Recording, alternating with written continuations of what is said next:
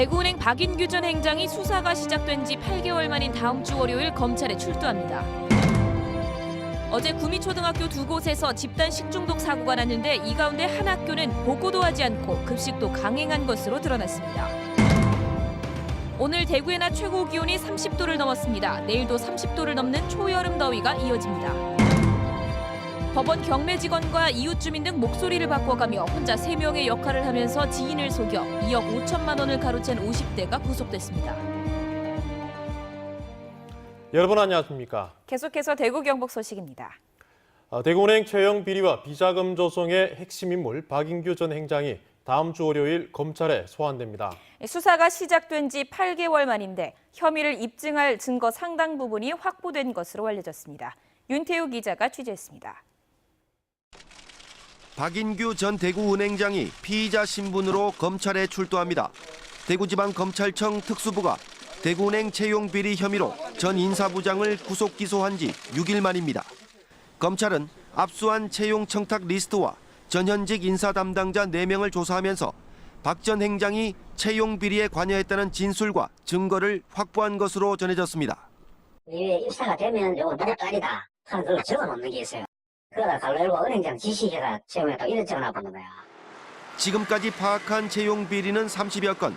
검찰은 박 전 행장이 직간접적으로 관여한 것으로 보고 있습니다. 박 전 행장이 관여한 사실이 드러나면 업무 방해 혐의가 적용됩니다. 채용 특혜 대가로 돈이 오갔다면 뇌물수수 혐의까지 적용할 수 있다고 검찰은 밝혔습니다. 검찰은 박 전 행장을 소환해 채용 비리뿐만 아니라 경찰이 수사해온 비자금 30억 원 조성도 함께 조사합니다. 대구은행 부인회 자금 분석 등을 통해 비자금 가운데 일부를 돈 세탁한 뒤 개인적인 용도로 쓴 증거를 확보한 것으로 알려졌습니다. 검찰이 채용 비리와 비자금 조성의 핵심 인물인 박 전 행장을 소환하는 것은 혐의 입증에 자신이 있다는 뜻으로 보입니다. 기소는 불가피할 것으로 보이는 가운데 박 전 행장과 별도로 이 채용 청탁자들에 대한 수사도 속도를 낼 전망입니다. MBC 뉴스 윤태호입니다. 자유한국당 대구 동구청장 공천이 파국으로 치닫고 있습니다. 단수 추천을 철회하고 경선에 들어갔는데 경선으로 한쪽 후보가 오늘 정해지자 단수로 동구청장 후보로 낙점받았던 후보가 경선 불참을 선언했습니다. 보도에 한태영 기자입니다. 자유한국당 공천관리위원회는 백이철, 오태동, 윤영구 3명의 후보를 대상으로 실시한 컷오프식 경선에서 백이철 후보가 통과했다고 밝혔습니다. 지난 7일 단수 추천했던 권기일 후보와 다시 본 경선을 치러야 하지만 권 후보가 경선 불참을 선언했습니다. 정당한 절차로 후보로 내정됐는데 공관위가 납득할 만한 설명도 하지 않았고 경선에 문제가 많다는 겁니다. 법적 대응 방침도 밝혔습니다. 법적으로 대응하고 예선 경선도 여론 조작된 그런 환경 속에서 이루어진 불법 선거, 여론 조작 선거라고 내가 그 하나 증명해 나가야지. 한국당은 권 후보의 불참으로 내일로 예정됐던 본 경선은 하지 않기로 했습니다. 경선 안 한다 그러면 이제 공천에서 배제되는 거죠. 본경선 후보가 그 경선 참여 안 하겠다고 하니까. 그러면 백이철 후보로 정해졌다고 하면 되는 건가요? 예. 당초 단수 후보 추천에 절대적 영향력을 행사했던 동구갑 정종섭 당협위원장은 승복하기 힘들다고 밝혔습니다. 저번 결정도 다 그게 하자가 없는데 왜 이것을 번복한다는 했을 때는 그 이유가 있어야 되는 거다. 중앙공관위에서 그러면 어떤 근거를 가지고 어떻게 해서 그러냐. 동구에서는 시구 의원 공천 신청자들도 밀실 공천으로 지역민을 무시했다며 규탄하기로 했습니다. 납득하기 힘든 공천 내정 철회에 경선까지 무산되면서 동구청장 공천을 둘러싼 파장이 일파만파 커지고 있습니다. MBC 뉴스 한태현입니다. 어제 구미초등학교 두 곳에서 집단 식중독 사고가 났습니다. 그런데 한 학교는 이 절차를 어기며 보고도 하지 않고 급식도 강행해 초기 조사에 혼선을 일으켰습니다. 양관희 기자입니다. 집단 식중독 사고가 난 구미의 한 초등학교는 외래 환자에다 감염을 걱정한 학생까지 등교를 꺼려 결석생이 200명을 넘었습니다. 바로 옆 초등학교도 어제 설사와 구토 증세로 결석한 학생이 10명이었습니다. 그런데도 학교는 어제 점심에 단체 급식을 강행했습니다. 집단 급식 때문에 추가 감염이 발생할 수도 있는 상황이었습니다. 뭔가 결정되고 되지 않았고 뭔가 그렇지 않은 상황에서 급식을 중단한다라고 얘기하면 훨씬 더 큰 혼란을 초래하게 되고 식중독 의심 환자가 2명 이상 생기면 즉시 교육청과 보건소에 신고해야 하는 매뉴얼도 이 학교에선 지켜지지 않았습니다. 집단 식중독 사고를 외부에 알린 것도 학교가 아니라 학생을 치료하던 병원이 문제의 심각성을 깨닫고 보건소에 신고했습니다. 보건당국은 초기 조사에 혼란을 겪었습니다. 초등학교에는 괜찮다고 그때 이야기 저희들은 오전에 보고를 했었거든요. 교육청에서. 이 학교에 그래 신고 들어왔는데 어떠냐 물으니까 이제 그제서야 이제 오늘 이제 식중독 환자가 한 결석 환자 10명 있고. 두 학교는 구미 시내 90여 개 학교에 납품하는 업체에서 급식 재료를 같이 받아온 것으로 드러났습니다. MBC 뉴스 양관입니다. 어제 구미 2개 초등학교에서 발생한 집단 식중독 사고는 노로바이러스 때문으로 추정됩니다. 구미시 보건소는 구토와 복통 증세를 보이면서 입원한 초등학생들을 검사한 결과 노로바이러스가 검출됐다고 밝혔습니다. 정확한 식중독 원인균은 배양 검사를 통해 다음 주 월요일쯤 나올 것이라고 밝혔습니다. 50대 여성이 사기 행각을 위해서 3명의 역할을 연기했습니다. 수사를 하던 경찰도 처음에는 관련자가 3명인 줄 알았습니다. 박재영 기자가 취재했습니다. 57살 A씨는 지난 2013년 5월쯤 지인의 소개로 알게 된 69살 B씨에게 돈을 빌려달라는 부탁을 합니다.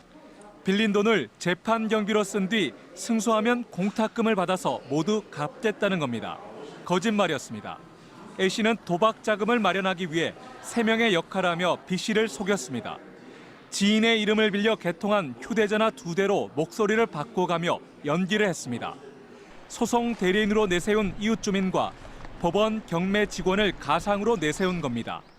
먼저 자신이 글을 몰라 소송 대리인으로 내세운 이웃 주민 행세를 하며 돈이 필요하다며 바람을 잡았습니다. 법원 경매과 직원의 목소리로 바꿔 재판과 관련한 얘기를 꺼내며 전화 금융 사기처럼 꾸몄습니다. 감쪽 같은 수법에 피해자 B씨는 속을 수밖에 없었습니다. 오늘 돈 나온다고 금질 뻥뻥 치고 오늘 찾으면 된다고 해놓고 진기 이 싸가지 없는 여자들. 법원 경매과 직원을 사칭했던 부분은 기관을 이용했던 부분이라 피해자가 속을 수밖에 없었습니다. A씨가 B씨에게서 가로챈 돈은 2억 5천만 원가량. 경찰 수사가 진행되는 동안에도 B씨는 사기범이 3명인 것으로 알고 있었습니다. 경찰은 A씨의 1인 3역 사기 행각에 속은 피해자가 2명 더 있는 것으로 확인하고 수사를 확대하고 있습니다. MBC 뉴스 박재영입니다. 오늘 오전 9시 40분쯤 포항 남구 장기면 인근 훈련장에서 해병대 헬기 레펠 훈련을 지원 중이던 해군 육항공전단 소속 UH-1H 헬기 한 대가 불시착했습니다. 사고 당시 헬기에는 조종사 등 4명이 탑승하고 있었는데 이들은 허리 부상과 찰과상을 입어 해군 포항병원에서 치료를 받고 있습니다. 해군 육전단 관계자는 사고 원인을 조사 중이며 정확한 조사 결과가 나올 때까지 같은 종류의 헬기 비행을 중단하겠다고 밝혔습니다.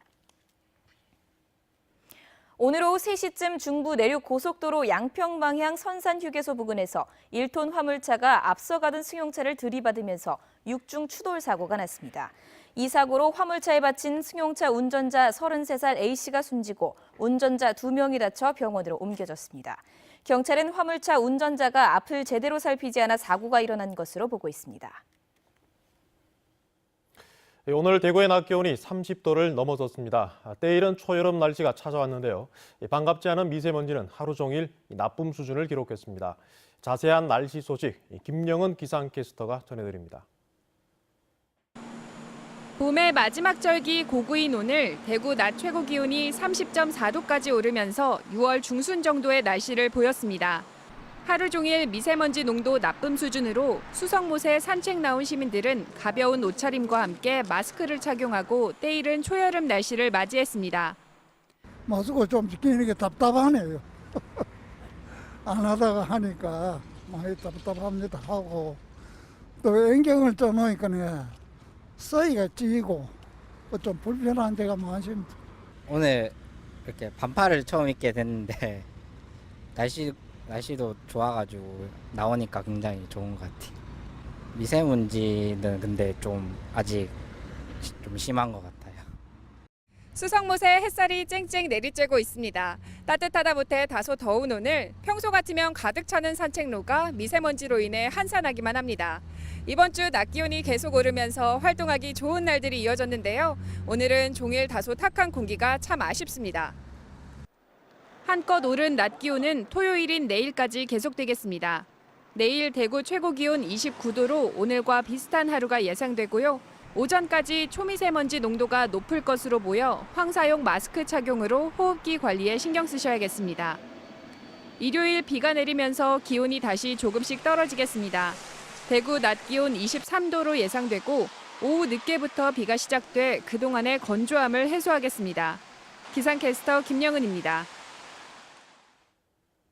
오늘 제38회 장애인의 날을 맞아 대구시 시각장애인연합회는 대구시민체육관에서 장애인과 가족 등 4천여 명이 참석한 가운데 장애인의 날 기념식을 열었습니다. 참석자들은 장애인 자립에 정부와 지자체가 힘을 쏟아야 한다고 강조했습니다. 경주경찰서는 지난 16일 80대 할아버지가 경주 불국사 농협창구에서 불안한 표정으로 현금 7천만 원을 현찰로 출금하려는 걸 농협 직원이 경찰에 신고해 피해를 막았다고 밝혔습니다. 경찰 조사 결과 피해 할아버지는 신용카드 부정 사용 신고가 접수됐다며 통장에 든 돈을 모두 인출해 지정 계좌로 입금하라는 보이스피싱 전화를 받고 은행을 찾았다며 경찰은 신고자 김혜숙 씨에게 감사장을 전달했습니다. 교수 성추행 사건과 관련해 경북대학교가 오늘 담화문을 내고 유감의 뜻을 밝혔습니다. 경북대는 본부 보직자를 제외한 학내외 인사로 구성한 진상조사회 위원회를 꾸려 법과 원칙에 따라 해당 교수를 엄정히 조사하고 조치하는 한편 학내 성희롱 성폭력 실태 파악을 위한 전수조사를 실시하기로 했습니다. 경상북도 제34대 행정부지사에 윤종진 행정안전부 자치분권 정책관이 선임됐습니다. 포항 출신인 신임 윤 부지사는 행정고시 34회로 지난 1991년 공직에 입문했고 경북도 기획조정실장을 비롯해 행정안전부 대변인, 대통령실 인사혁신 비서관 등을 거쳤습니다.